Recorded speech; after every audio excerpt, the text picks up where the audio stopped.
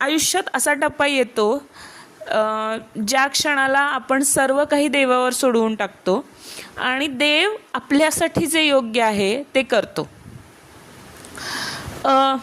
ज्या क्षणाला आपल्याला हे कळतं की आपल्या सक्सेसच्या पर्यंत जाणारी जी शिडी आहे त्याच्या शिडीवरच्या त्या पहिल्या स्टेपवर आपण पोचलेलो आहे, तर तो सुद्धा आनंद ना आपल्याला आपण शब्दात नाही व्यक्त करू शकत, पण तो असतो कारण ते आपल्या आत्तापर्यंतच्या कष्टांचं चीज असतं आहे आणि आपल्या सक्सेसपर्यंत पोचण्यासाठी हे कष्ट आपल्याला साथ देणार आहेत ह्याची जाणीव असते. पण ह्या वेळेससुद्धा ना आपल्या आजूबाजूला अशी काही माणसं असतात जी खूप वेगवेगळ्या प्रकारची, खूप वेगवेगळ्या भावनांची असतात.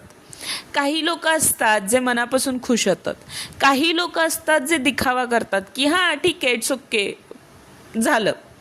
काही लोक असतात जे फक्त चेहऱ्यावर स्माईल दाखवतात पण मनातून त्यांना they didn't bother about anything. काही लोक असतात ज्यांच्याकडे ध्येयच नसतंय, जे आलेलं आयुष्य जगत असतात. सो त्यामुळे त्यांना दुसऱ्यानं काय मिळवलं आहे किंवा ते मिळवायसाठी त्यांना जे केलेले कष्ट आहेत याची किंमत नसते. तर त्यांचं जे क्रिटिसिझम असतं ना ते त्यांच्या चेहऱ्यावरून, त्यांच्या हावभावातून कळत असतं.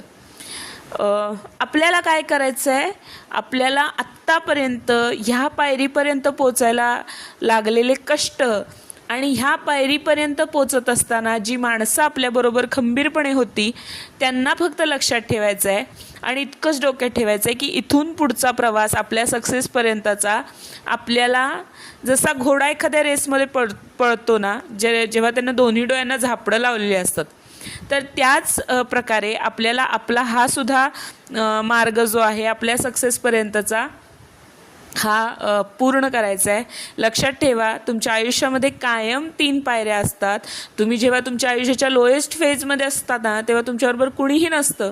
मिडल फेज आहे जी आत्ताची ही जी फेज म्हणलं जी तुमच्या यशाची पहिली पायरी आहे. त्या फेजमध्ये ना लोक तुमच्याबरोबर फिजिकली असतील पण मनाने नसणार आहेत.